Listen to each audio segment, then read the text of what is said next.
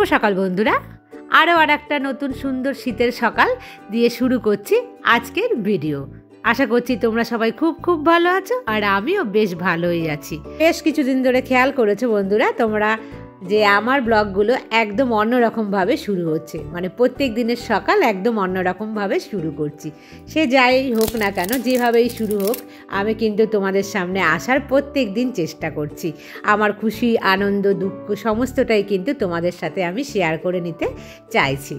আর বন্ধুরা, হাজব্যান্ড যখন পাশে থাকে বা সামনে আসে, কাছে থাকে যাকে বলে, সেটা যখন হয় তখন কিন্তু একদম লাইফটা অন্যরকম হয়ে যায়। আমাদের জীবনে অন্য যাই কিছু হোক না কেন, স্বামী স্ত্রীর এই বন্ধন যেন আমরা সবাই প্রতি মুহূর্তে অটুট রাখার চেষ্টা করি বন্ধুরা।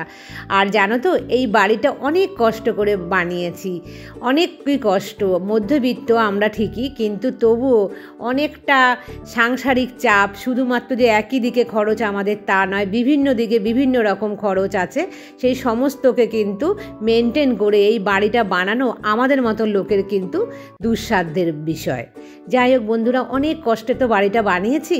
আমাকে একজনা বলে যে সারা দিন ঘর বাড়ি মোছো, এই সমস্ত করো, ভালো লাগে? আমি না তাকে উত্তর দিয়েছি যে হ্যাঁ, আমার ভীষণ ভালো লাগে, কারণ আমার স্বামীর রক্ত জল করা বিন্দু বিন্দু রক্ত দিয়ে না এই ছোট্ট বাড়িটা বানানো।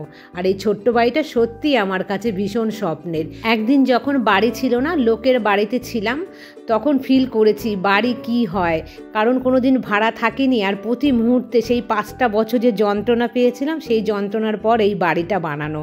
তাহলে বুঝতেই পারছো যে একটা যন্ত্রণা পাওয়ার পর যখন মাথার ওপরে একটা ছাদ হয়, সে খুশি না আমাদের মতো মধ্যবিত্ত লোকের কাছে অনেক বড় খুশি। তো বন্ধুরা, সেই কারণেই কিন্তু এই বাড়িটাকে এত যত্ন নিই। আর যত্ন নিতে যত কষ্টই হোক না কেন, দিন শেষে গিয়ে কিন্তু ভীষণ একটা খুশি হই। আর স্নান করে একদম তারপরে রান্নায় চলে আসলাম। আজ সানডে, আজ এই মাটন হবে পেঁপে আর আলু দিয়ে। আমি বলেছিলাম চিকেন নিয়ে এসো, কিন্তু ওর বাবা গিয়ে অল্প করে মাটন নিয়ে আসলো। যাই হোক, মাটন খেতে বাঙালি ভীষণ পছন্দ করে, তাই না বলো? আর সানডের দিন। আর বন্ধুরা দেখো, লাল লঙ্কা কিন্তু একদমই শেষ হয়ে গেছে। আর লাল লঙ্কার গুঁড়ো আমি একদমই কিনছি না, কাশ্মীরি যে লঙ্কা এনেছে ভেবেছি সেটা দিয়েই আমি রান্না করব। জাস্ট একটুখানি ছিল, সেটাই আমি ঝেড়ে কেচে একদম দিয়ে দিলাম।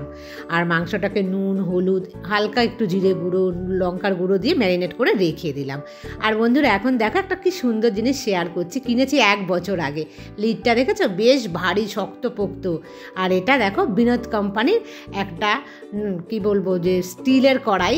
এটা কিন্তু মাইক্রো ওভেনেও বসানো যাবে। আর ভীষণ ভারী, প্রায় মনে হচ্ছে 3 লিটার হবে, জানো তো। আর কিনেছিলাম বছরখানেক আগে, রান্না কিন্তু এখনও করিনি, সে খুলে রেখে দিয়েছিলাম। যাই হোক, ভাবলাম আজ এটাকে আমি মানে উদ্বোধন করি, তো মাটন দিয়ে করি। আর বেশ অনেকটা বড় কড়াই, এর মধ্যে কিন্তু বেশ অনেকটা পরিমাণের চিকেন, মাটন বা যাই রান্না করে বেশ অনেকটা পরিমাণে রান্না করা যাবে। আর আমি না সব সময় জানো একটু বড় বড় জিনিস পছন্দ করি। লোক নেই, জন নেই, তাও না কিনতে গেলে কিছুতেই ছোটো জিনিসটা কিনতে পারি না। যাই হোক বন্ধুরা, এটার মধ্যে আজকে রান্না করে দেখছি, কারণ স্টিলটা ভালো না হলে পুড়ে যায় স্টিলের ভেতরটা। তবে আমি রান্না করে আজকে না এই রিভিউটা তোমাদেরকে দেবো, চাইলে তোমরাও কিনতে পারো। তবে দাম কিন্তু আমি ভুলে গিয়েছি, বেশ 1 বছর আগে কিনেছিলাম, তো মনে নেই, হয়তো 600 কি 700 এরকমই কিছু একটা হবে হয়তো দামটা, আমার ঠিক মনে পড়ছে না অ্যাকচুয়াল।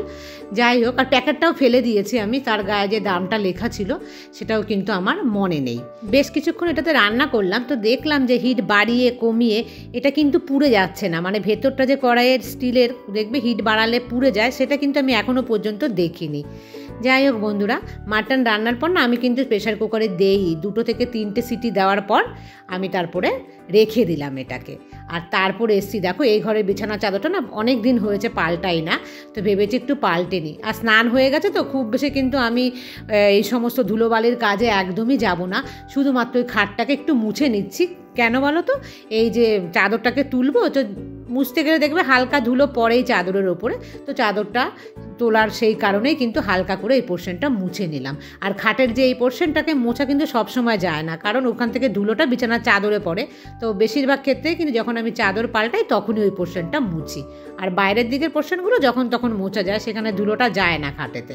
যাই হোক বন্ধুরা, আর এই মেয়ের বিছানাটাতে না আজকে ওর বাবা যবে থেকে এসে তবে থেকেই কিন্তু আমরা দুজনেই মানে ঘুমোচ্ছি।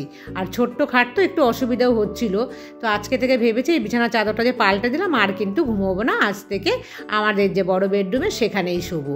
আর মেয়ে জানো তো ভিডিও কলে দেখছে আর বলছে আমি চলে গেলে কিন্তু আমার ঘর খালি করে দেবে, তোমরা তোমাদের ঘরে শোবে। হ্যাঁ, আমি বললাম যে না তুই শুবি বড় বেডরুমে।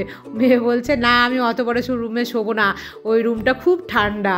আমাদের যে বেডরুমটা কেন যেন কী কারণে ভীষণ ঠান্ডা গো, মানে পাতলা কোনো কম্বল গায়ে দিয়ে না শোয়া যায় না। এই ঘরে মানে পাতলা কম্বল গায়ে দিলে না বেশ ভালো, মানে অতটা ঠান্ডা লাগে না, কিন্তু আমার রুমে বেশ ঠান্ডা ঠান্ডা লাগে। যাই হোক বন্ধুরা, দেখো মেয়ের রুমটাকে একদম মানে টিপটপ করে আমি রেখে দিলাম, যেরকম রাখি আর কি, তোমরা তো জানোই। তবে আজকে কোনো মাথার বালিশ কিন্তু আমি রাখিনি, কারণ এর বালিশটা আমি নিয়ে চলে গেছি বেডরুমে।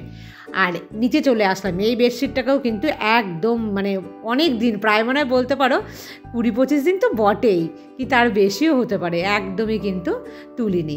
আর কি করতে তুলবো বলো, লোক নেই জোর নেই। আর দেখো বেল বাজলো, আমি সাথে সাথে আসলাম।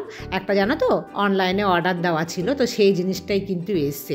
তবে এখন আমি তোমাদের সাথে সেটা শেয়ার করব না, আমি শেয়ার করব কদিন পরে, মানে এই জিনিসটা যখন আমি ইউজ করব তখন একদম তোমাদেরকে আমি সামনে থেকে দেখাবো। তোর বাবা বাড়ি নেই, তাই আমাকে সেই কারণে সই করে জিনিসটাকে নিতে হচ্ছে। তো বন্ধুরা, তোমরা কিন্তু দেখার জন্য আর 2-1 দিন অপেক্ষা করো, তারপরে আবার এসে আমি এই বেডরুমটাকে একটু পরিষ্কার করে মানে ওই বিছানা চাদরটাকে পাল্টালাম, ঠিকঠাক সেট করে দিয়ে আমি কিন্তু চলে যাব ওপরে, কারণ দুপুরের কিন্তু খাওয়া দাওয়া হয়নি এখনও, আর ওর বাবাও এখনও আসেও নি। যাই হোক বন্ধুরা, কী রান্না করেছি দুপুরবেলা দেখো, শিম আলুর একটা চচ্চড়ি মতো করেছি। আর এখানে বানিয়েছে যে মাটন কোথায় গো, মাটন তো নেই, শুধু আলু আর পেঁপেই দেখা যাচ্ছে, এক সাইড হয়ে গেছে আলু পেঁপে। আর এই যে হলো মাটন কম করে হলেও জানো তো 600 গ্রাম এনেছে। আমি বলেছি এতটা মাটন কেন এনেছো, দুজনা খাবো, কিন্তু পছন্দ ভীষণ মাটন খাবো। যাই হোক বন্ধুরা, আর না তারপরে আর তোমাদের সামনে আসেনি, একেবারে রাতে খাবার নিয়ে চলে আসলাম। মাটন হয়েছে তো ওর বাবা গিয়ে রুমালি রুটি নিয়ে এসছে। আমি অবশ্য বলেছিলাম রুমালি রুটি এনো, তবে একবার বলেছিলাম, খুব ভালো মনে রেখেছে জানো তো, খাবার কথা তো ভুলবে না সে কিছুতেই। আমি ভেবেছিলাম না হলে রাতেবেলা দেখি রুটি বানাবো, নাহলে একটু ভাতই করে নেব। সে তখন মনে করেছে যেই রাত হয়েছে যে রুমালি রুটি নিয়ে আসি। আমি বললাম আমি তো তোমাকে আর বলিনি, তুমি মনে রেখেছো এখনও? বলছে হ্যাঁ মনে রেখেছি, খাবার কথা ভুলি না। বুঝেছো, খাবার এমন একটা জিনিস। তবে দেখো সে কিন্তু মাটন পুরোটা খায়নি, আমাকে এক টুকরো মাটন তুলে দিল। ওর বাবার কোলেস্ট্রল আছে তো সেই কারণে আমি একটু অ্যাভয়েড করতে চাই এই সমস্ত খাবার। আর বন্ধুরা রাতেবেলা চলে আসলাম, একটু গরম জল করে নিলাম, নিয়ে তার মধ্যে যেরকম নর্মালি আমি দিই সেটাই করছি। আর এই সেই যে 10 টাকা রুমাল তোমাদের দেখেছি, তার মধ্যে কিন্তু এই একটা রুমাল, এটা আমি রেখে দিয়েছি, এইভাবে এটাকে ইউজ করি। চাইলে তোমরাও কিন্তু এরকম সস্তায় না বেশ একটু বস্তা ভরে জিনিস রেখে দিতে পারো, অনেক রকম কাজে লাগে বন্ধুরা। আর এই দেখো কিচেন পরিষ্কার করে রেখে দিলাম, পারতে মানে 90% দিনই কিন্তু চেষ্টা করি কিচেনকে পরিষ্কার করে একদম রেখে দিতে। আর একদম আমি চলে আসলাম রাতে, আর শোয়ার সময় কিন্তু চেষ্টা করবে, আর আমরা করি জানি, আমি করি না হয়তো, প্রায় তোমরা প্রত্যেকেই করো প্রত্যেক দিন ময়েশ্চারাইজার লাগাতে। এটা অবশ্য আমি গরমকালে ভীষণভাবে অ্যাভয়েড করি, শীতকালে লাগাতেই হয়, নাহলে স্কিন টান টান করে। আর এই যে দেখো মধুমিতা আমাকে জিজ্ঞাসা করেছে কী সিঁদুর ইউজ করি, এটা কিন্তু হার্বাল একটা জোবেসের হার্বাল সিঁদুর, ভীষণ ভালো ওয়াটারপ্রুফ সিঁদুর। এটা গরমেও কিন্তু গলে পড়ে যাবে না। আর যখন আমি স্নান করি না, যদি সাবান দিয়ে খুব ভালোভাবে ঘষো তাহলেই কিন্তু উঠবে, নাহলে সিঁদুর লেগেই থাকে।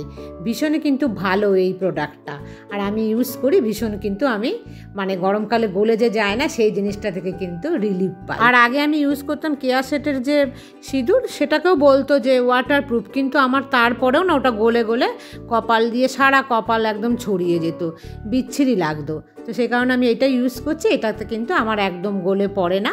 শীতকালে ধরো কোনো সিঁদুরই গলে না, কিন্তু গরমকালেও এটা গলে পড়ে না। আজকের মতন সমস্ত কাজ সেরে বন্ধুরা চলে আসলাম একদম বেডে। তো আজকের মতন কিন্তু ব্লগটাকে এই পর্যন্তই রাখছি, আবার দেখা হবে তোমাদের সাথে নেক্সট ব্লগে। ততক্ষণ তোমরা সবাই ভালো থেকো, সুস্থ থেকো আর সাবধানে থেকো। Good night.